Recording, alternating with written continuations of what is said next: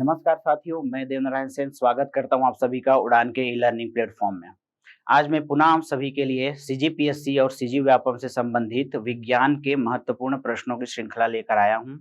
एक एक करके सभी प्रश्नों को हम सॉल्व करेंगे। उससे पहले आप सभी के लिए महत्वपूर्ण जानकारी है।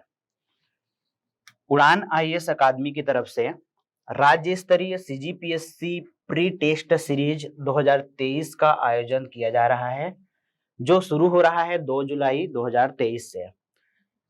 इसकी टोटल अवधि रहेगी 2 जुलाई 2023 से 31 जनवरी 2024 तक। अगर हम बात करें तो ये टेस्ट जो है 3 स्तरों में होगा। प्रारंभिक परीक्षा की संपूर्ण तैयारी करवाई जाएगी। कुल टेस्ट जो है यहाँ पर 50 होंगे, जिसमें जीएस से संबंधित 31 टेस्ट और सी सेट से संबंधित 19 टेस्ट शामिल है। ऑफलाइन और ऑनलाइन दोनों मोड में सुविधा उपलब्ध है।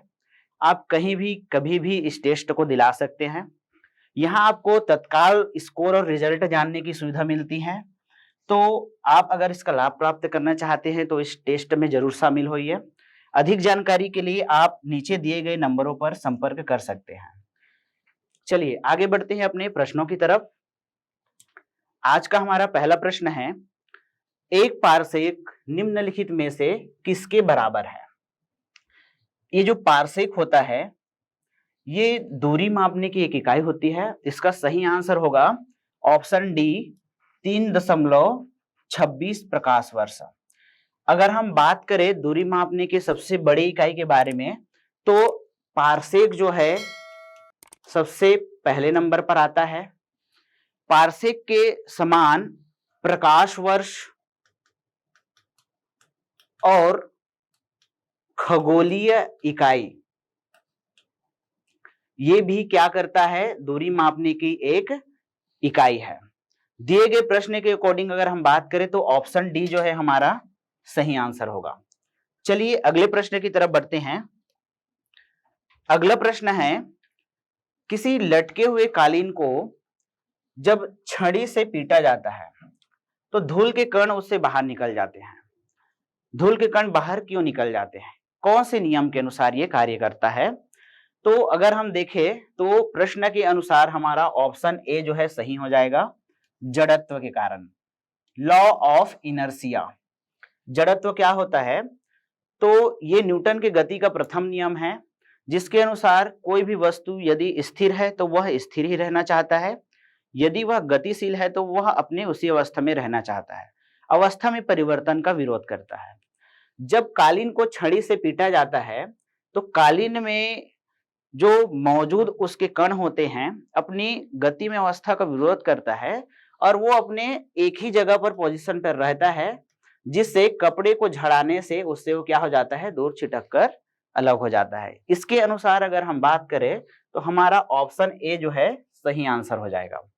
चलिए बढ़ते हैं अगले प्रश्न की तरफ। अगला प्रश्न है, निर्वात में अंतरिक्ष यात्री सीधे खड़े नहीं हो पाते। क्यों सीधे खड़े नहीं हो पाते हैं? तो इसका आंसर हो जाएगा ऑप्शन ए, गुरुत्व नहीं होता है। अगर हम गुरुत्व की बात करें तो गुरुत्व क्या होता है? ग्रेविटी।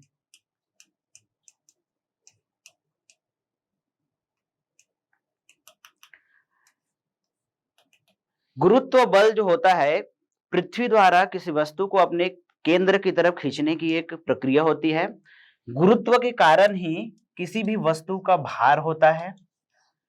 गुरुत्व बल के कारण ही किसी वस्तु को जब हम ऊपर की तरफ फेंकते हैं तो वापस वो पृथ्वी में नीचे आकर गिर जाता है। वर्षा की जो बूंदे होती है वो गुरुत्व बल के कारण ही नीचे की तरफ गिरता है। अगर हम बात करें गुरुत्वाकर्षण के बारे में तो गुरुत्वाकर्षण बल क्या होता है? तो ये किसी दो पिंड के बीच लगने वाला आकर्षण बल होता है। तो अगर हमारे प्रश्न के अकॉर्डिंग बात करें तो ऑप्शन ए जो है हमारा सही आंसर हो जाएगा। अगले प्रश्न की तरफ बढ़ते हैं।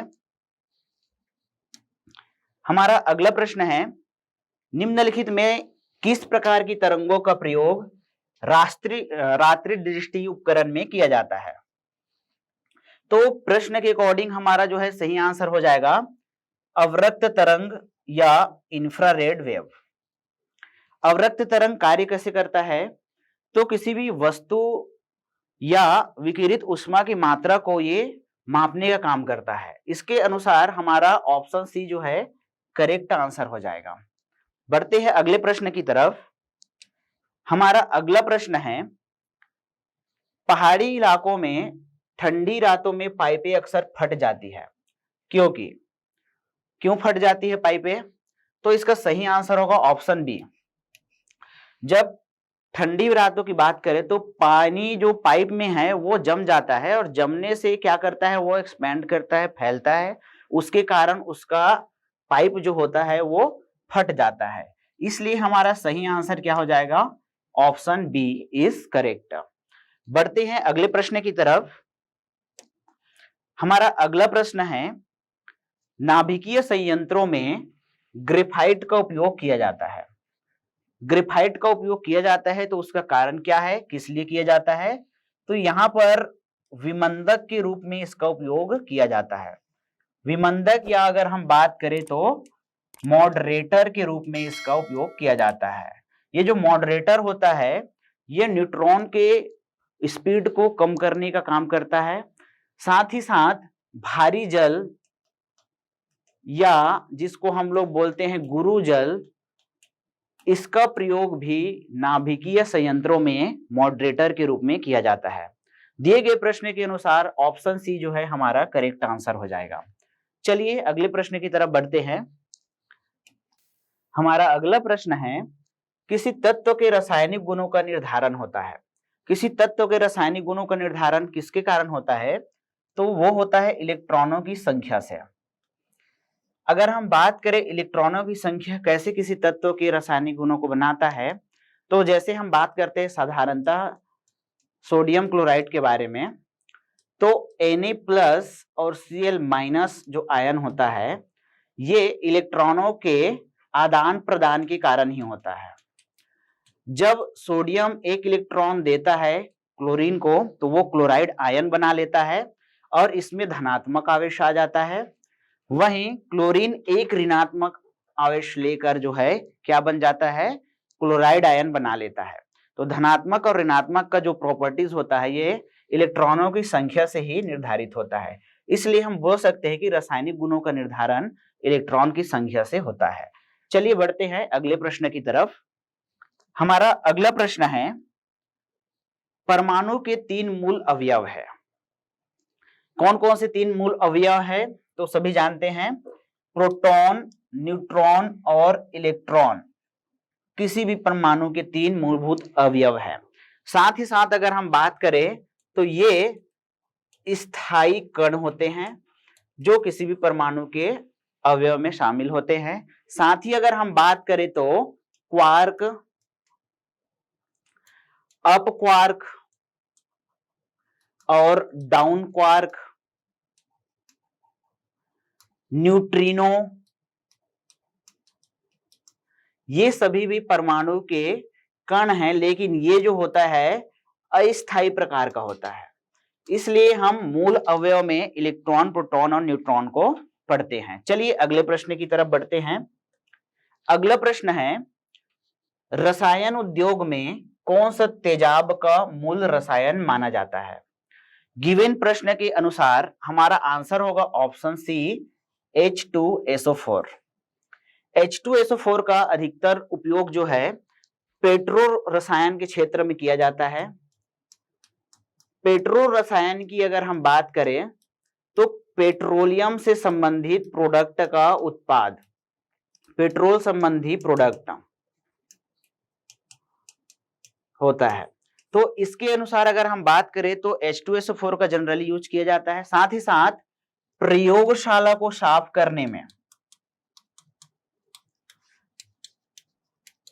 भी H2SO4 का उपयोग किया जाता है। तो प्रश्न के अनुसार हमारा सही आंसर होगा ऑप्शन सी इज करेक्ट। बढ़ते हैं अगले प्रश्न की तरफ। अगला प्रश्न है, मिट्टी के तेल में रखा जाने वाला तत्व कौन सा है? मिट्टी के तेल में रखा जाने वाला तत्व सोडियम होता है। सोडियम की अगर हम बात करें तो आवर्त सारणी में एस ब्लॉक में स्थित है। और एस ब्लॉक की अगर हम बात करें तो जितने भी एलिमेंट है सभी अभिक्रियाशील एलिमेंट की श्रेणी में आते हैं, किसी न किसी प्रकार से उसको तेल या खनिज तेल में डुबाकर रखा जाता है। लेकिन बात करें हम सोडियम के बारे में तो ये वायु के संपर्क में आने पर ये जलने लगता है और इस चीज से बचाने के लिए हम लोग इसको मिट्टी के तेल में रखते हैं। प्रश्न के अनुसार हमारा सही आंसर हो जाएगा ऑप्शन डी इज करेक्ट। बढ़ते हैं अगले प्रश्न की तरफ। अगला प्रश्न है प्लास्टर ऑफ पेरिस का रासायनिक रूप क्या है? प्लास्टर ऑफ पेरिस को हम लोग जानते हैं कैल्शियम सल्फेट हेमीहाइड्रोट के रूप में, जो जिप्सम को 100 डिग्री सेंटीग्रेड गर्म करने पर प्राप्त होता है। इसके फॉर्मूला की बात करें तो CaSO4 इंटू हाफ H2O जो होता है इसका फॉर्मूला होता है।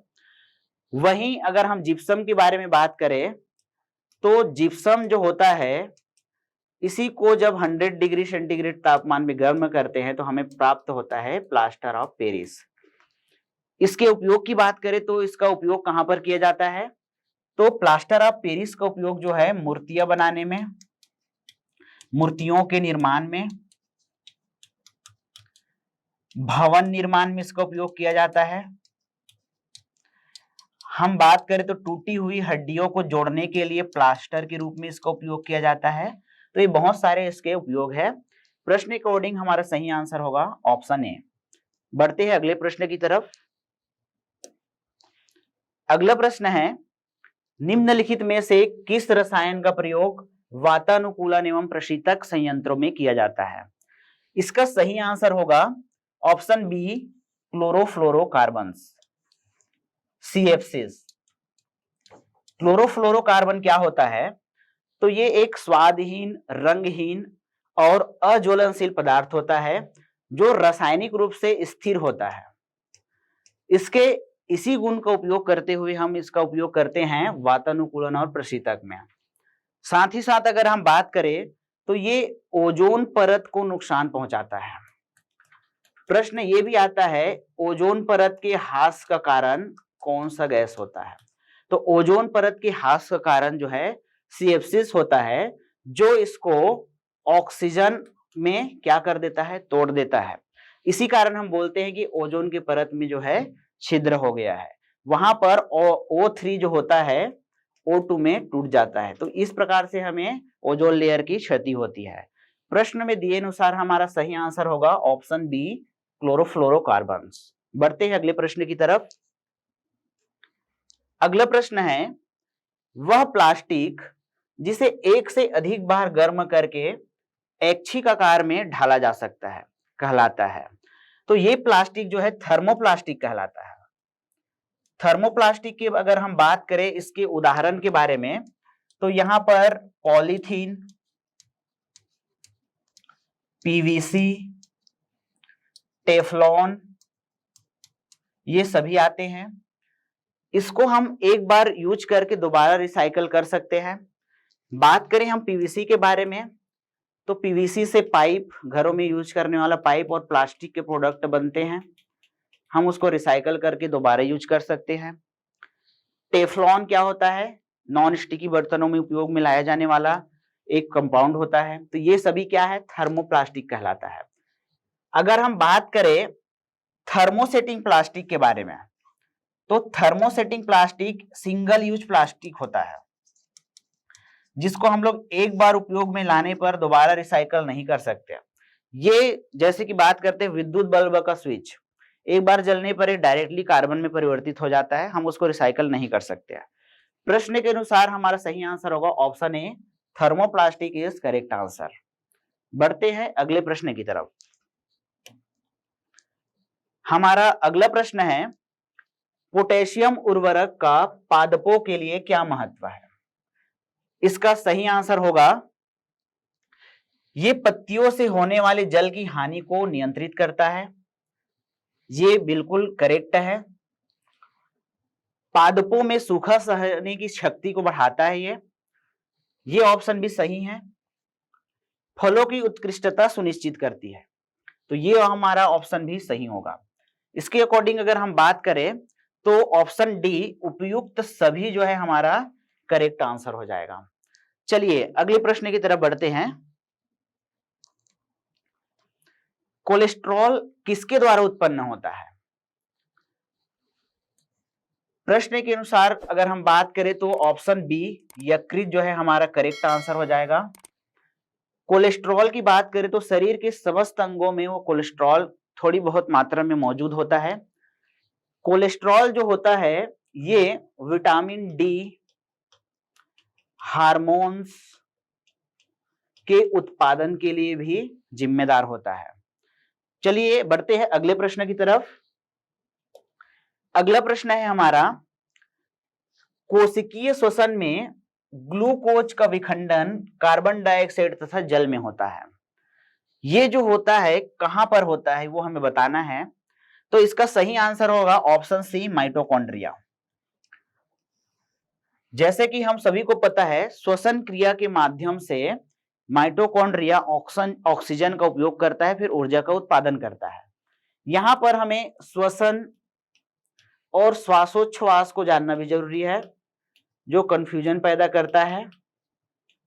श्वसन का मतलब होता है ऑक्सीजन का एक सिंगल सेल तक पहुंचना। जब ये सिंगल सेल तक पहुंचेगा तो यहीं पर माइटोकॉन्ड्रिया इस ऑक्सीजन का उपयोग करके एटीपी के रूप में ऊर्जा का निर्माण करता है। और ये जो एटीपी होता है तरल रूप में हमारे शरीर को प्राप्त होता है और हम इसी के द्वारा क्या करते हैं, कार्यों को संपन्न करते हैं। श्वासोच्छ्वास की बात करें तो श्वासोच्छ्वास जो होता है एक यांत्रिक प्रक्रिया होता है जो वायुमंडलीय हवा को फेफड़ों में भरते हैं और छोड़ते हैं, उस प्रोसेस को बताता है। तो श्वसन और श्वासोच्छ्वास में ये बेसिक अंतर है। प्रश्न के अकॉर्डिंग हमारा ऑप्शन सी जो है करेक्ट आंसर हो जाएगा। चलिए बढ़ते हैं अगले प्रश्न की तरफ।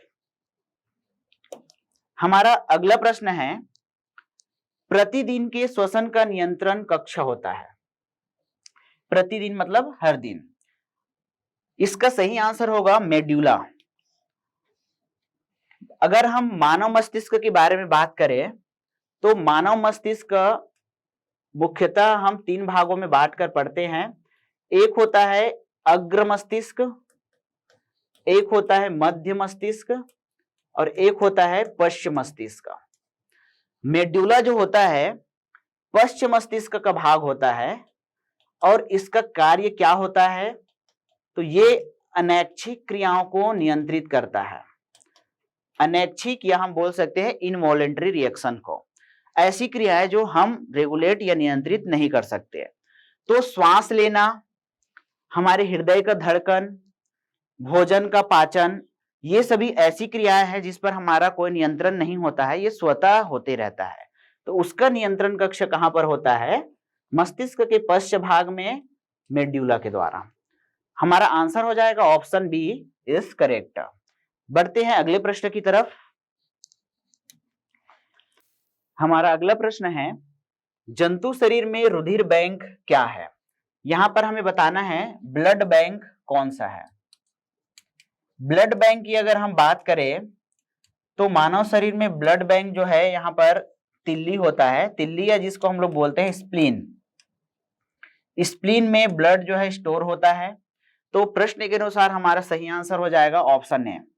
वहीं अगर हम बात करें फेफड़ों के बारे में तो फेफड़ा जो है श्वसन से संबंधित है। हृदय जो होता है ब्लड को पंप करने से संबंधित है। और यकृत की बात करें तो यकृत जो है शरीर में यूरिया का निर्माण करता है, यूरिया का फॉर्मेशन करता है, जो बाद में यूरिन के माध्यम से हमारे शरीर से बाहर चला जाता है। तो आज के श्रृंखला का ये हमारा लास्ट प्रश्न था। मिलते हैं अगले वीडियो में, तब तक के लिए धन्यवाद।